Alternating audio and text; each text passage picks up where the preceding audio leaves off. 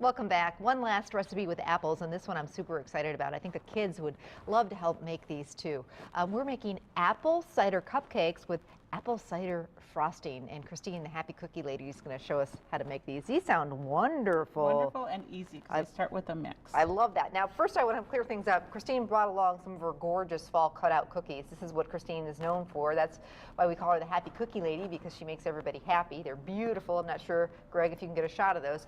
So she does everything in her bakery from scratch, but when she comes here, we like to make it easy. So I just want to clarify that. So yeah, this recipe is a recipe after my own heart because we're starting with a box cake mix, which I happen to love. I'll let somebody else do the work for us this time. So it's a spice cake mix. Yeah.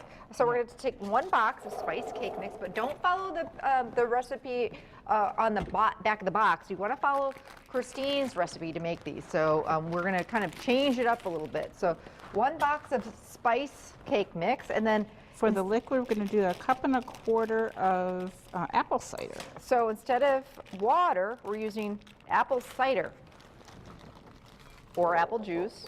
And then I'm going to get the vegetable oil from over here, so you can add that. Yep, no problem.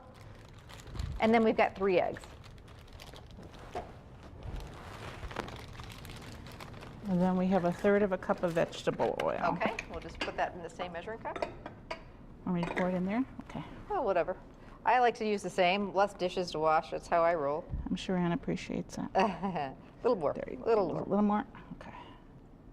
There we go. Okay, 1/3 cup of oil. And then 3 eggs. And 3 eggs. Okay, I'll work on cracking the eggs. Now, I am a huge believer in box cake mixes for shortcuts, but not a huge fan of store-bought frosting. So we're going to make actually a really lovely frosting.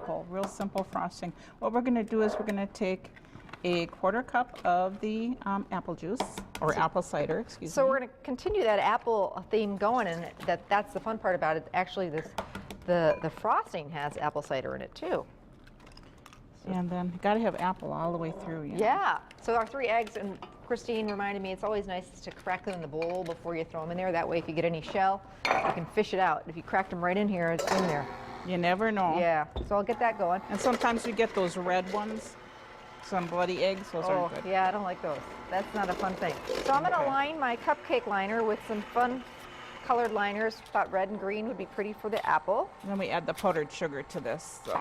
Okay, so powdered sugar, softened butter. Now when it's done mixing, now you're going to do that for about 2 minutes to that batter. But, okay. What we're going to do is after it's done, you're going to fold in the walnuts. Okay. So this recipe has nuts in it. You could always leave them out. Yeah, if you don't like nuts, leave them out. I love the combination of apple and walnuts. Yeah, I do too. It's one of those matches made in heaven. 2 minutes about, you say, on this? Yeah, about 2 minutes.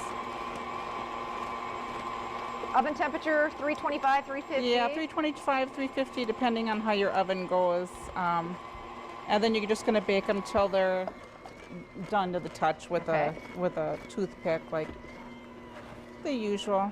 See how nice and thick this frosting's getting? Yum. There's nothing like homemade frosting. There really isn't. I'm not a big fan. And 3 ingredients. You can't beat that. Apple cider, butter, and powdered sugar. All right. So at this point, I'm going to fold in my nuts. Optional. You don't have to. And then we love using a scoop. And I don't think I got a sort of scoop. Oh, you got a scoop. You got a scoop? And this makes 24, so it makes quite a few, which is nice. I do have a batch of finished frosting that I brought along, so we don't have to listen to that thing going. That's okay. All right, so we've got 2 minutes to wrap this up, so I'm going to scoop these in here. Okay. And you get the idea. You know how to scoop the batter, so. I think we've done that a few times. Yes, and then we bake these for about how long? It's about 15 to 20 minutes, but check them. Okay. You know, it just depends on your oven. Okay, and then, oh, that frosting looks wonderful. Yeah, you got to get all the lumps out. That's the important thing. Okay. But oh, it's really fluffy. You could pipe it on if you wanted. I didn't bring that kind of stuff along, though. I guess I prefer the old-fashioned way myself. Well, you're a perfect froster, so it's up to you on how you want to do that. But it looks like it's It's very light and fluffy because there isn't a whole lot in here. And you mix it for a long time to get all the stuff out. And then you're going to put a few walnuts on top just to to decorate them up. Very simple. Very You rustic. could use crushed walnuts if Okay. you wanted and sprinkle them all over Sure, the top. I sure. like the pieces. I like knowing I'm eating walnuts. Right. So These are so pretty, and that frosting turns out wonderful. So again, for people who are sitting at home and say, you know what, I'm really interested in having Christine bake me up some fall cookies or some holiday cookies, or for a birthday or a shower. She does a lot of cookie baking for themed, a lot of favors. baby showers. Baby this year. showers, yeah. More baby showers than weddings this year. So. So what's the best way for people to find you? Happy and then Cookie Lady on Facebook, and I do have my security open pretty wide, so you can see my pictures and things like that on there Okay. without being a friend if you don't want to friend me. But Okay. I like having a lot of friends. So. And she posts all the time. So again, just go find her on Facebook, Happy Space, all one word, Cookie Lady. So these are adorable. I'll let you frost one. Then you I will decorate. decorate them. I'd be happy to. And by the way, all of the wonderful apple recipes that we made today, from the pork tenderloin, which we're all cannot wait till after the show and we dive into that, to Christine's wonderful apple cake, to the apple tart, and lots more. You'll find those recipes all on our website, fox11online.com. Click on the Living tab and recipes, and they'll be right there. Christine, always such a pleasure to see you. You too.